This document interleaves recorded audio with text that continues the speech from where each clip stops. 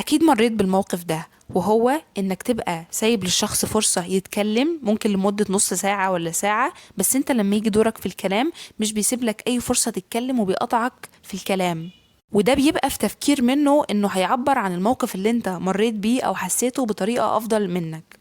فانت عشان تعلمه يحترمك ويسمع كلامك وما يقطعكش تاني وانت بتتكلم، هتخليه لسه جاي يقطعك وهتقوله لو سمحت ممكن تديني فرصة اكمل كلامي زي ما انا اديتك فرصة تكمل كلامك وما قطعتكش. بنسبة كبيرة الشخص ده هيقولك اتفضل وهيسكت ومش هيفكر يقطعك تاني وانت بتتكلم. ليه بقى؟ لانه اخد القرار من نفسه، انه قرر انه يسمعك وساب لك فرصة الكلام، فهيكون شكله وحش قوي لو رد في كلامه وفكر يقطعك تاني. ثانيا بقى، لانك لما قلت له ممكن تديني فرصة، انت كده قلت له بشكل غير مباشر ما تقاطعنيش علشان الحركة دي بتضايقني، فهو عرف انه ضايقك ومش هيفكر يعملها تاني. متنسوش اللايك وتتابعونا على يوتيوب.